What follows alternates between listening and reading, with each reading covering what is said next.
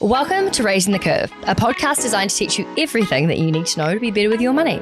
Come and learn alongside me, Sophie Hallwright, a total beginner, from the finance expert, Victoria Harris. So I've asked all of the questions you wish you could so that finance, investing and growing your wealth actually makes sense. Yes, it's expert education, but that we promise will not be boring. And in the wise words of Cher, my mom said to me, you know, sweetheart, one day you should settle down and marry a rich man. And I said, Mom, I am a rich man. Come and talk and learn and laugh with us, because together we really can raise the curve. This has become a tradition of now the second year in a row. the last 2 years started a tradition. Have we done it 2 years in a row? No, this is our second. Oh, okay. So I guess we can't really call it a tradition just yet. Yeah. But last year we had some really good feedback. We did a similar episode last year on like things that we've learned financially, personally, from a business perspective, kind of like a big old dump of learnings. Yeah. God, having to wind back to the beginning of the year seems like 10 years ago. Gosh. I know. I had to look through photos on my phone and like to kind of even remember physically where I was at different parts of the year. It's been a year. Hasn't it? Oh, I feel like we always say that. No, we don't. This particularly has been absolutely enormous. Do you know, I've only been in the curve full time. This was my first full year. Yeah, that's quite crazy to think about. Oh, see, it's like my fourth. I was speaking to a woman last night. Is it my fourth or my third? Your third. Full time? You started 2 years before me. Yeah. Yeah. 3 years. That's actually a long time to be in a job. Like for our age. Yeah. I was speaking to a lady last night and she was on her 11th startup.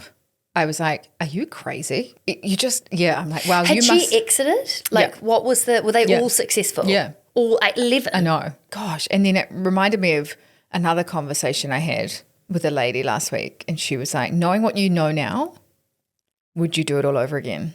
Oh, did she ask you that? Yeah. You definitely would do it differently, surely. And she's like, but if you couldn't change anything, would you do it again? She's like, I wouldn't. If I had known what I was about to bite off, she's like, I wouldn't have done it. Interesting. Yeah, and it made me think about it for a second. I was like, I would. Surprisingly. Thank God, because otherwise it'd be a bit dire, wouldn't it? No, but you could be like, you'd have to do it exactly the same. Oh. Do you know what I mean? It's like going into a relationship. If you had to do it all over again, would you do it again?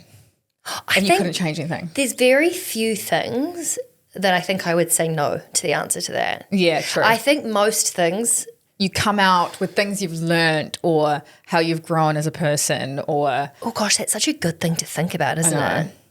I mean, I think I'd be very frustrated with myself if I was going through the same thing again and I couldn't change it. I know. But I had my current brain. Yeah. Because I'd see myself doing like, things. I'm about to do that. And it'd be like watching a scary movie. You're like, don't go in the door by yourself. Yeah. You And know? then it's like, But I would definitely do it again, I think. But also, weirdly for me, every year, like if we've had 3 years of me being full-time in the curve, that every year has been unbelievably different. And my role has been so different. Which makes me think us doing this next year, where would we be? Well, we'd be on the North Pole. Would we be, I know we'll have a few more grey hairs and etc., but a few more wrinkles. But what will be on our list of things we've achieved? Yeah. It's be quite an interesting exercise to write down. What do we want to achieve by the end of next year? I think almost doing this but in advance. Oh, that's quite fun. Yeah. Sorry, okay, back on track. So the way this episode is going to work, we're going to do like an overarching year in review. Mm-hmm. So and this can be, we can share anything from work, finances, personal. Yeah. Then we're going to move into money and business lessons we learned this year, a few of those each. And then we're going to do financial, personal, business goals for next year. Yeah. Maybe before we get into it, let's just do a year that's been across the financial world, stock market, etc. Yeah. And then we can get into more of like the personal learnings. Yes. Well, there has been so many things, so many different shake-ups that we've had across the world. We have come out of this cost of living crisis. Well, I don't even think we have. I think I it's still feel like lingering. we sort of have, though. It's kind of died down. Yeah. Or maybe we're just used to the new expensive life we have. Yeah, that's the thing. It's not like prices have gone back to where they were. It's just everyone's just stopped Acclimatised. complaining. Yeah. Stopped complaining. We've had ongoing wars across the world, which leads to, uncertainty and turmoil and humanitarian issues as well. We've had a new, slightly scary, president in the US, which I honestly, if that's probably one takeaway this year, I never thought I'd be sitting here saying that Donald Trump is the president of the United States again. No. And I'm just like, thank goodness, not to make this a political podcast, but this is the last and final term he could ever do. I think that's genius that you rule. can only go in twice. Yeah. It sucks when it's someone that you really think is amazing. I mean, I again, not to turn this into a political podcast, but if Obama had done 3 terms, I'd have been like, of course, go for it. But the thought of someone being able to stay in forever, imagine if it was Donald Trump. That's like a dictatorship. Yeah. We've seen some crazy returns in certain stocks, mainly off the back of AI, like Nvidia. I reckon 12 months ago. I didn't even know what that was. Exactly, yeah. In fact, I remember the first time you said it and I was like, oh, what a stupid name for a business. Yeah. And it spelt so confusing and I just remember being like, why are we talking about this? We've also had Bitcoin. Good old Bitcoin has made This just It's is a way stab in the back dark for me. I mean, not a stab in the dark, stab in the heart for me every time we talk about it. in the dark. Sorry. Well, it was a stab in the dark too. That's just gone absolutely bananas as well. And, a year ago we weren't even talking about it because it wasn't doing anything. Can I just ask, the phrase, it's gone bananas. Is there like a time in which bananas all of a sudden sprouted and it was amazing? Like why is like it's gone bananas? Does that mean crazy wild? Like maybe they sprouted out of nowhere one day. I thought maybe there'd be a fun... it's like going ape shit, primate, eating bananas.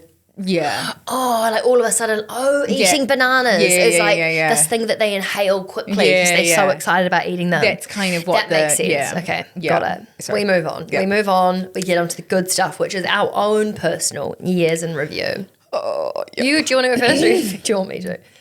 I reckon you start. Okay. For me, it's been a year of many firsts, like lots of things I've done for the first time. I sometimes talk about being like a late adopter with things, whether it's technology or doing something. I find doing things for the first time, like learning how to do it, kind of difficult. But once I've done it, I'm quite a kinesthetic learner, like it's not scary for me the second time. Yeah. The first time I sometimes find a bit like I'll avoid until I have to do it. But yeah, like been to lots of new places around the world. Moved to the UK for the first time, which is like the first big overseas move I've ever done. Australia, I feel like almost doesn't count. No, I remember when I walked through the airport to like move to Australia and I handed over my immigration card. Yeah. And it was like finally I could tick like permanently immigrating. And they were just like, next. I was like, oh. You were like, where are the balloons? Yeah, Why I is was like- no one celebrating? I was This like, I'm is probably huge. like the millionth Kiwi that's moved to Australia. We employed staff for the first time. Oh, The fact yeah. that we even have staff members, I'm know. like, whoa, like I how know. bizarre. Like we're in- bosses. I know, it's so strange. I'm Took always kind of like, investors- so where's my boss? I know. I find it kind of, to be honest, I'd love to have a boss. Yeah. I quite like I love that we're doing our own thing, but I do think you learn a lot from bosses or like people above you. mentors, kind of, yeah. Rather than just learning from mistakes, And sometimes when like shit hits the fan, it's quite nice to be like, it's like a parent. What should I do? Yeah. We're like looking around, just absolutely no one to be seen. Yeah. I think that I've been in the same place physically for the first time in a long time in terms of like lived in the same house. I often have, and I find it now I realize how unsettling it is for me to move around. Yeah. And what it's made me actually realize leading this into finances is actually, I think for a long time, like if I was going to be away for a couple of months, I would move out of my flat because that's a waste of money to spend money on rent if I'm not there and, things like that. Like I would really had quite a scarcity mindset around money, and the first big expense that I sort of always saw I could let go of was the idea of paying rent. And I often would like jump from place to place to save money. I thought you liked that. No, I hate it. I thought you were like, liked the like nomadic Nah. kind of. Well, I thought I did. And then I went to this talk. It was like a Dolly Alderton one a few months ago. And she talked about, I can't remember how she put it, but she sort of likes to think of herself as this like, you know, I'm so throw caution to the wind, but then you actually almost realise that you quite like tradition and stability and all those things. And I think for me that's been a realisation of prioritising a stable home and putting like my money towards that has been like a big thing. Yeah, business, like the fact that we've got investors' money that we're now using and sort of spending within our business is like such a weird concept to me and something. But the big learning for me with that has been really understanding actually just investing fundamentally across like actual, for me, investing in other people's businesses, whether it's just a tiny shareholder like investing in the stock market or like what it means to angel invest in other people's companies. Like I think it's just given me way more context as to how businesses actually work because I've seen such an inside microscope version of that for the curve, if that makes sense. I've put a budget in place for the first time ever. Can we do the bullet point above that? I've learned how to read a P&L. A P-N-L? What is it meant to be? P and L. Is it meant to be Profit and loss. Is it PAL as the acronym? No, P and L. Oh, so you don't even make She's it. got written down here P-N-L. Learned how to read a P-N-L. I always thought it was a P&L. P, like profit and loss. Oh, whoops. Yeah. Okay, well, I've learned how to read a profit and loss I was like, sheet. what's a penal? And I've also paid off my student loan. So That's amazing. Yeah, for the first amazing. time ever, I'm debt free. Gosh, I remember like coming out of university with that amount of money and just thinking, How am I going to pay that back? Yeah, I just thought I was that would be my whole entire life, paying it off. It's like, I mean, I was lucky because mine was like under 50,000 New Zealand, so like 25,000 pounds. And some people, if you go and become a pilot, it's like over 100 grand New Zealand. So mine wasn't super huge. But for me, like as someone that opted out of my KiwiSaver or pension, whatever, for years at the start of my career, I wasn't chipping away and paying that off through my salary, which was just like, I regret so much. But yeah, so now I've put big lump sums, I've saved up and like put it towards that and paid it off, which is a really nice feeling because one of the things I think that a lot of people don't realise is when you stay in New Zealand, your student loan is debt-free. Like you don't have, not debt-free, it's interest-free. But as soon as you're overseas, after like 6 months or something, you start getting interest. Yeah. So yeah, for me, like having moved over here, I'm really proud of myself for doing that. nice. I mean, there's so many. I don't want to be boring. I've got so many others. No, but I these are think great. those were kind of some big things for me. What about you? Yeah, I think for me, work-wise, obviously very similar because we work together. You'd be worried if they're different. But yeah, I don't think that we can skim past like the fact that we have moved the business to the UK, moved ourselves to the UK, raised money, got our own office, got staff, launched a new product. Yeah, all in 1 year. And I was thinking back, I was like, why is startup life so on fast forward? You know, like for any business doing one of those things a year is massive. But we're like, no, we're going to be overachievers and we're going to do like 10, which is Just a discussion for another time. yeah, it was just like, wow. Yeah, like that's, yeah, just taking a moment to be like, whoa, we're really growing up as well. We've Do you know done what a I lot. mean? Yeah, it's been us two for so long. And now having staff in particular is just a real sign of growing up.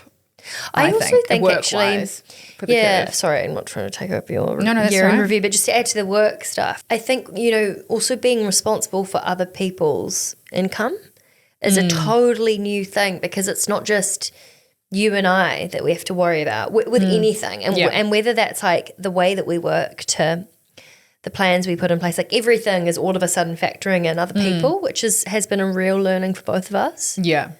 Yeah. And it's like there's an element of Was pressure. I think yeah, it's a lot an of element pressure. of pressure, but also your actions can really impact someone else's life. Like if you make the wrong decision, I don't know. Yeah, you know, like and always, like- and the way you show up to work from like a culture perspective, the way, even just small things like you planning our winter wonderland for Christmas, a Christmas party, which if you didn't hear about in the Curve Weekly, actually going to be quite fun.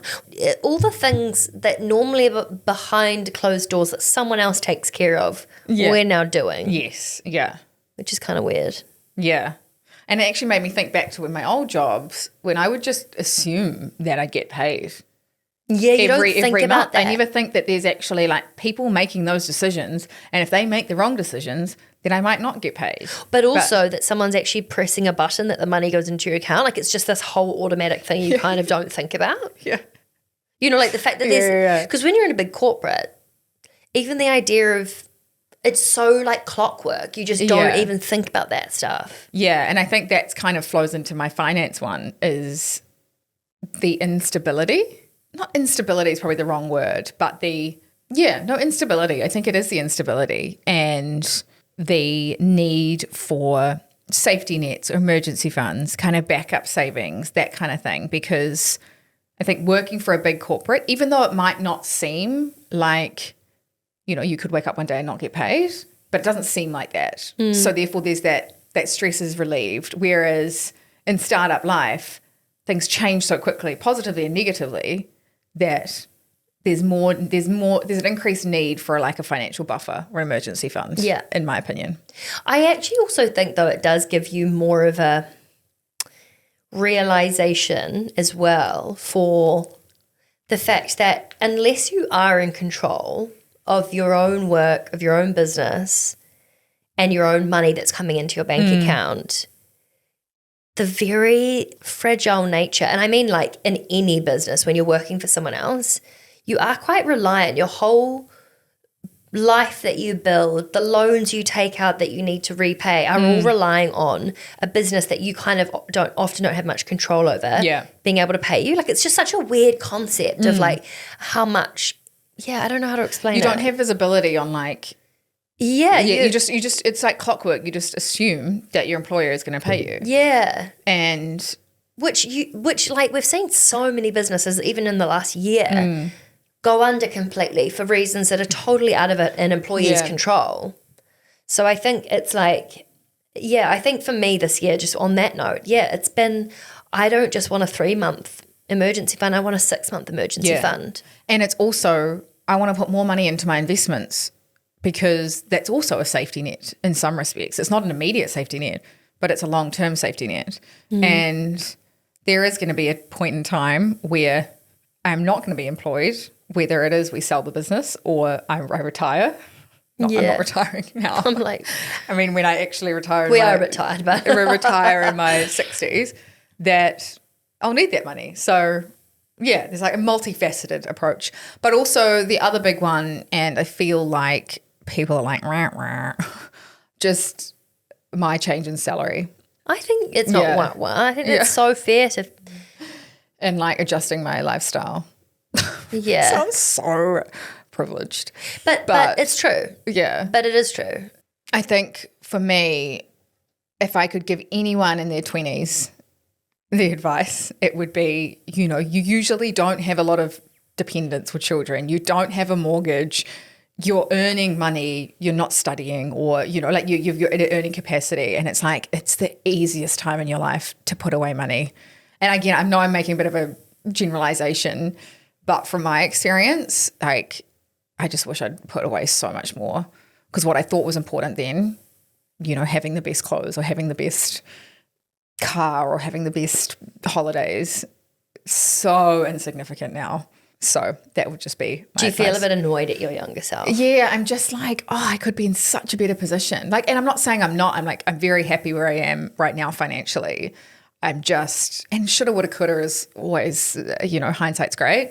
But there's just so many little things that I wish I'd done, like increasing my investments, you know, by even $100 a month would have made no dent back then, but been massive contributors now. But do you think that you'll think the same about yourself now? That's what I'm trying. When you're 40? This mindset, I'm trying to be like, okay, well, if I'm sitting here when I'm 36. What? 46, I'm going to 46 in 10 years. Sorry. I was wondering what your. I was like, is she having an aneurysm? What's happening? I literally am. Oh my God, sorry, in a moment. Oh, It's not that old. 46 is not even halfway through your life. I'm not living to 100. Yeah, I hope you are. Well, maybe. Are you crying? No, I'm just like, wow. 10 years. If I think to when I was 26, like that seems like yesterday. Anyway, sorry, getting a bit off Yeah, topic, but also if you think about how much you've done in that 10 years, how many places you've lived, people you've dated, you know, like the jobs you've had, like there's so much has happened in 10 years. And also it is a privilege to get older. We have to remember that. Yes. No, it's very such much, a privilege. And I think, so yes, you're right. I have now been sitting here going, okay, I don't want any of those regrets when I'm 46. So what can I be changing now with my budget, with my finances, my investments to make sure that I'm happy with what I did when I'm 46, looking back in my 30s. Yeah. So have you tried to cut back on things that you're spending now to increase your, or is this just the realization happening now and we're going to be implementing it later? This is, okay. This is when I set the budget for 2025. Yeah. Right. Okay. Yeah. And have you got any personal things? Yes. Personally, I had a really big brainwave and realized the importance of mental and physical health In general this year? And probably how much my finances impacted both of those and how I've put kind of boundaries and stop gaps in place to make sure that that doesn't happen again. Increasing my emergency fund was one of them. What have you increased it to? Like what amount of? I increased it by about £2,000. And how long would that give you? Like how long does your emergency fund last for your essentials? If you lost your job tomorrow. It lasts 4 months now. So that's pretty good. Yeah. And that covers your mortgage and everything. That is part of my mortgage, in New Zealand. But more my rent over here. Because could you pause that if you needed to? Yes, and more that I've got income covering that for a projected amount of time. Oh, in terms of having tenants in them and stuff like that. Yeah. But I think it's just, I've been doing a lot of work on knowing when I start to spiral and catching myself. Financial spirals. So if you, with that, and to be honest, the overarching thing is like just realizing, Vic, your beliefs turn into your thoughts, which turn into your actions. And it's like, sometimes I start spiraling and it's like, oh my gosh, I'm going to lose my job. Oh my God. Or like, I'm not going to have that money coming in. But it's like, no, you've got this in place. So it doesn't actually matter if you do. So stop it. You know, it's like, it's stopping that like vicious cycle of behavior or thoughts, and just realizing like you've got all these checks and balances in place so that you shouldn't be freaking out is kind of, What other financial, not barriers or other than an emergency fund, what other things have you actually done that you've, in your personal finances, that you've noticed has alleviated stress? Just a lot more strict with my spending. I think I was way too frivolous probably last year, and that compounded with my low salary made me kind of spiral a bit. So because you're spending more than what you kind of were used to. Not necessarily more, just like my spending was dangerously close to my earnings. Whereas if you want to create wealth, you just need to spend less than you earn. It's like, it's that simple. I'd built up all of this wealth creation while I was on a high salary and had that in my investments, and I was kind of like, sweet, okay. But then actually, no, you need to keep doing that. And you need, like, despite your salary, so therefore you need to cut back on your expenses, you need to cut back on your lifestyle. So there was just like a bit of an adjustment period there. And now that's been a lot more normalized in terms of my spending and expenses. What are the main things you cut out? Or are more careful with? Probably spending on clothes would be the big one. Isn't it so interesting how much we spend on stuff like that? I also think though, and again, this is completely my learnings, in London, nobody gives two shits what you wear. Yeah. I think in New Zealand, and I even noticed myself going back there for the holidays. You had anxiety about it? I'm like, what am I going to wear? Oh my God, I've got like no summer clothes. And I'm like, fuck, who cares? Like, you're with friends, you're with family. It's going to be summer. You're probably going to be in like a bikini and a pair of shorts and t-shirt. Like, but I feel myself flipping into that narrative. And it's like, whereas over here, it's like, hey, if you're warm and you're dry, kind of all that matters. So yeah.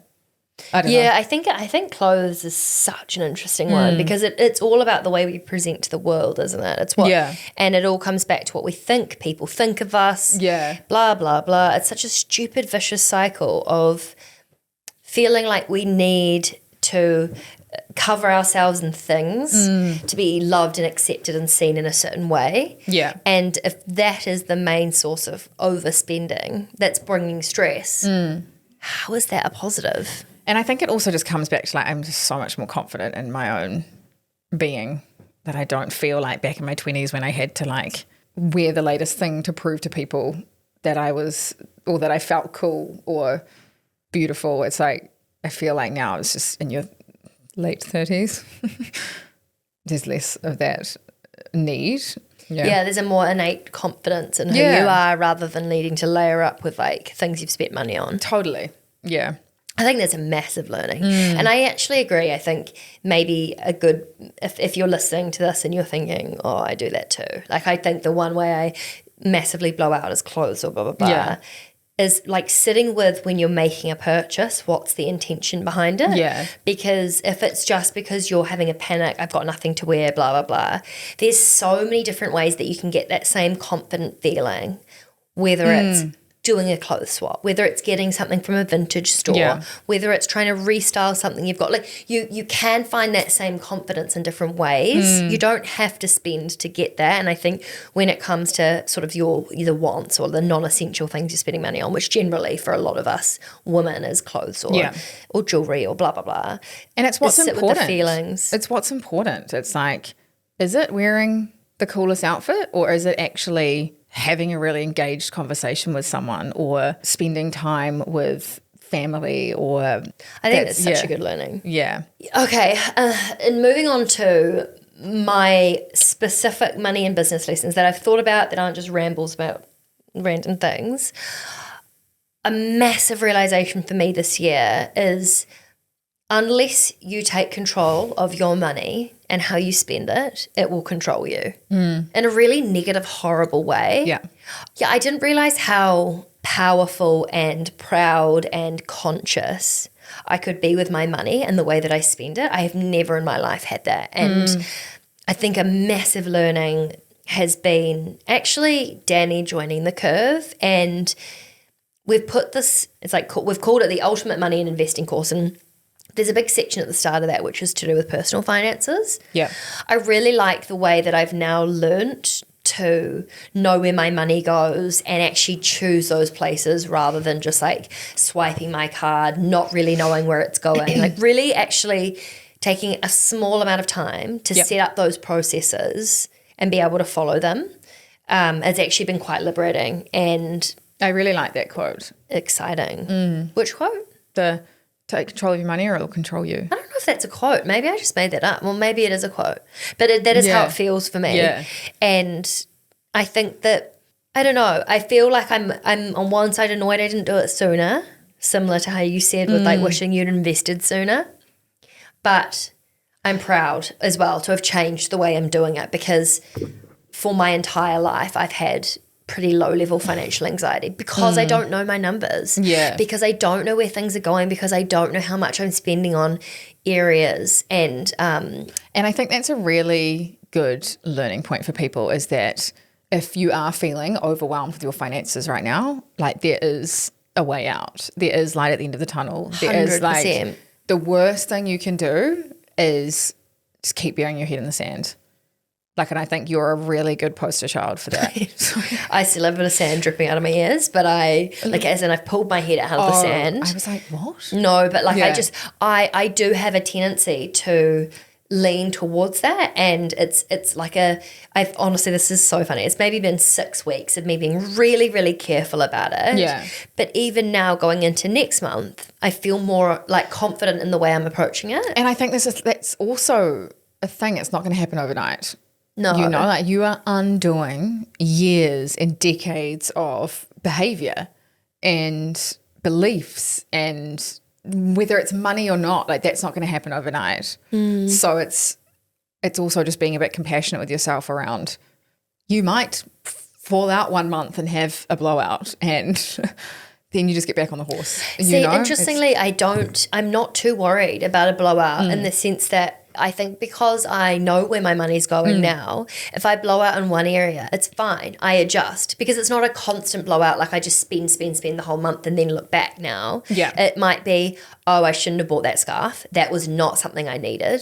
So it means I'm going to have to shuffle things around. I think that has been a real big learning for me. Business-wise, from a like money perspective, I think this realization of like how important it is, this is going to sound like the most obvious thing in the world ever, but the way that I was with my personal finances flowed into the way I was with my business finances. I was quite, I don't know, you don't need to know everything in super, super amounts of detail. Yeah.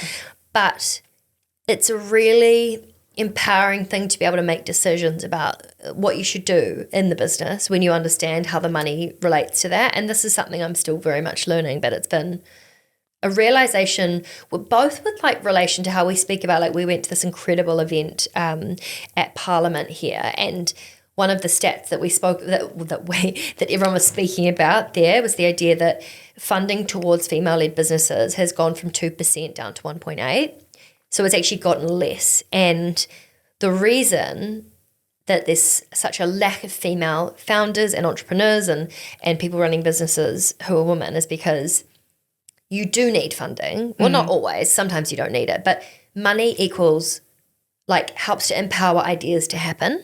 Yep. And so by me taking control of my personal finances, that's something I can then put into play in a business sense, which then plays into the economy and the bigger picture of women having a more active role in shaping the economy in the world. And I think it's just the realization of how much it all filters through and how important it is to pay attention and be actually doing things differently has been, I think that paying attention thing is key as well. It's kind of related to investing. It's like, oh, that's not a world for me, or money, that's not a world for me. It's like you can be a part of that world even if you haven't been previously, and it's a really exciting And it's world. also just a learning, like I don't need to know it all straight away. I can say 1%, P no and L 2%, accidentally and then realize it's a P and L. You know, it doesn't and matter. you've learned something. Yeah. I'm trying, and I think that's most important. And then my last one's actually kind of a more of a personal one, and that's and this is all thanks to the Ultimate Money and Investing course, the way that we've structured it, and we teach the personal finance section is putting therapy as an essential and something that I have to pay for every month.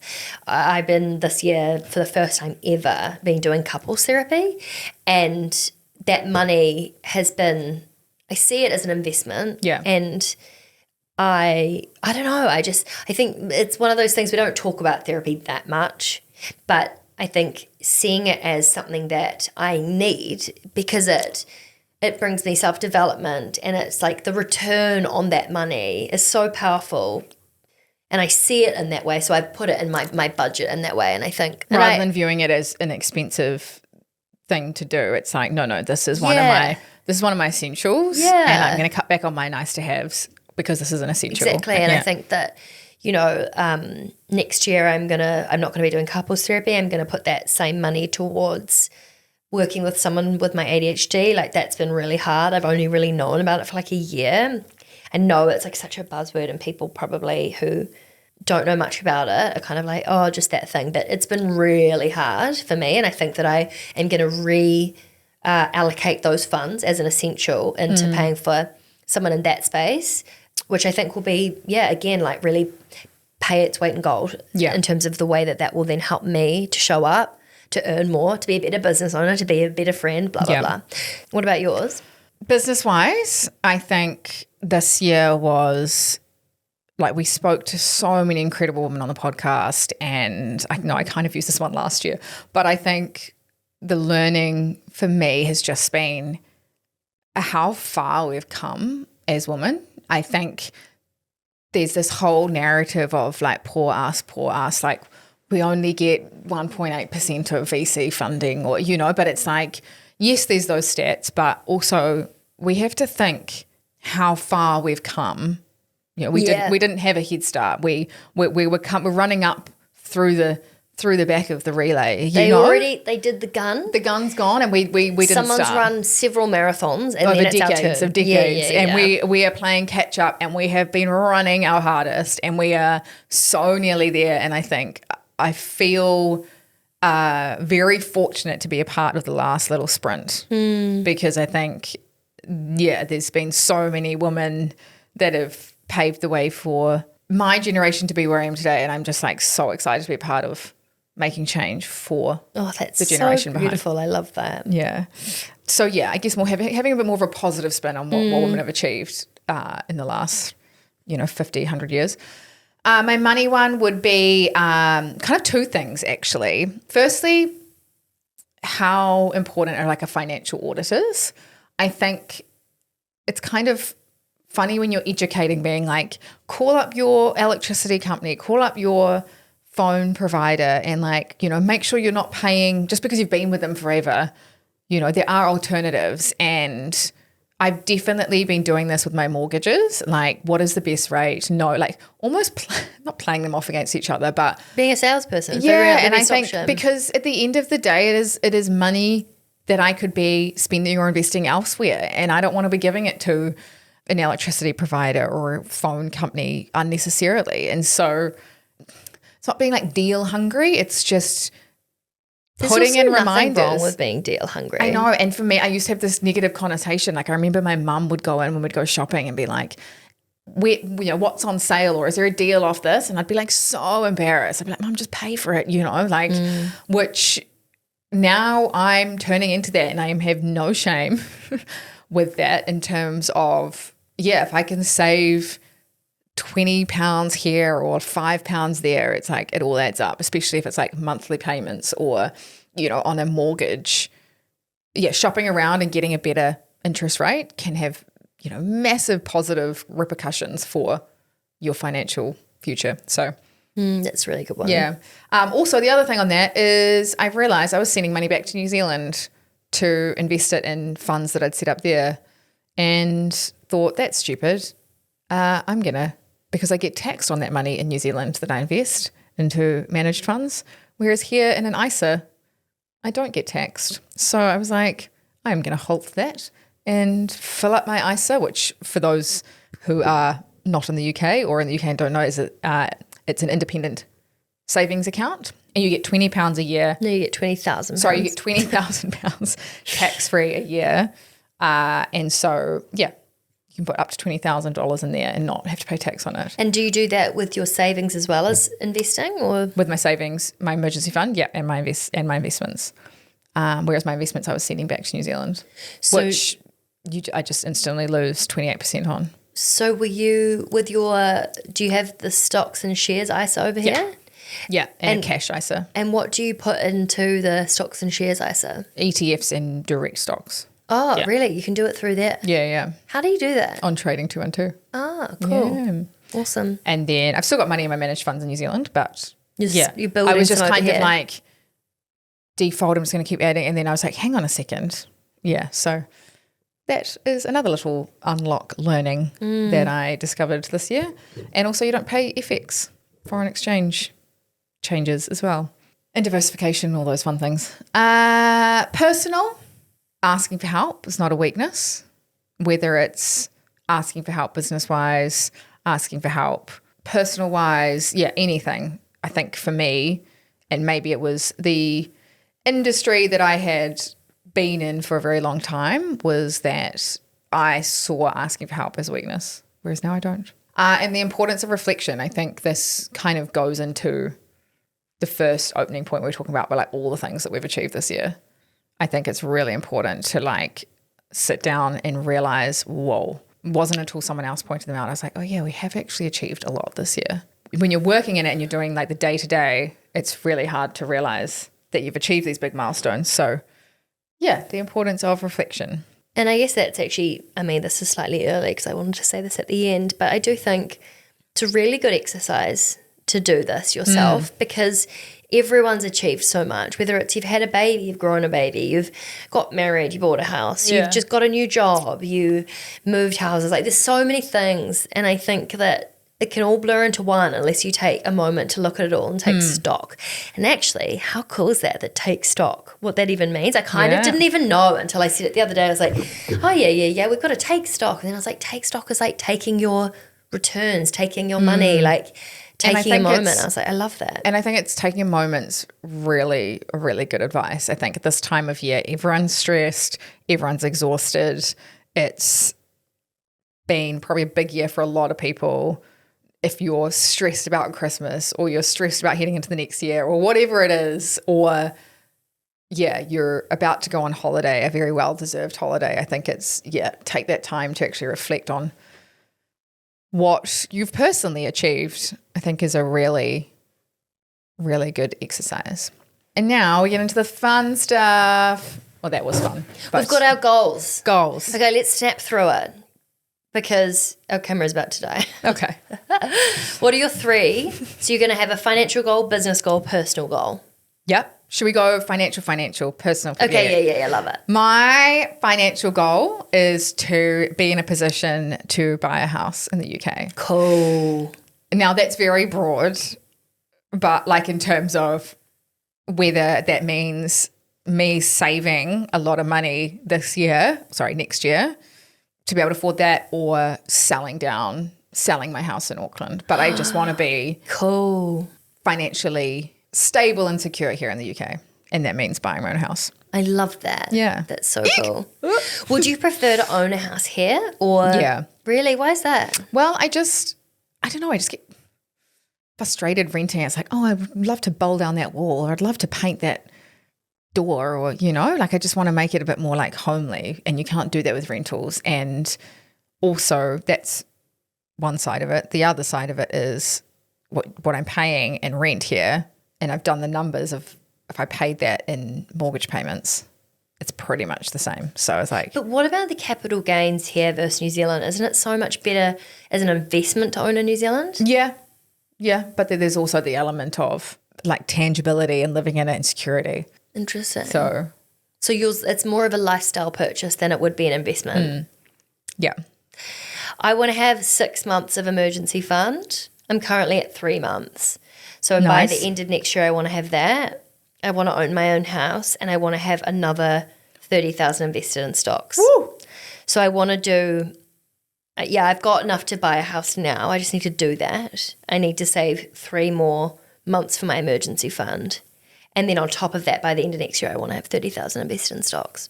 Do you think that's unrealistic? No. I think maybe it is. You should sit down though and be like, okay. How much does that mean I need each month? Yeah. And be like, okay, and see, is that okay? Does that mean £500 Actually, a month? that is unrealistic, because if I think about 30,000 in a year, that's quite a lot. That's a number, over. it's a lot. It's way more than I can afford. About two and a half a month. Yeah, way too much. Damn. Might need to change that to 10. I'll change that to 10. Damn, it's a third. That's not that fun. Just change that goal. That's devastating, really, isn't it? But also, I think like that's a lot of goals. I think to buy your own house. Yeah, maybe do you want to I put need that to 10,000 into the house purchase?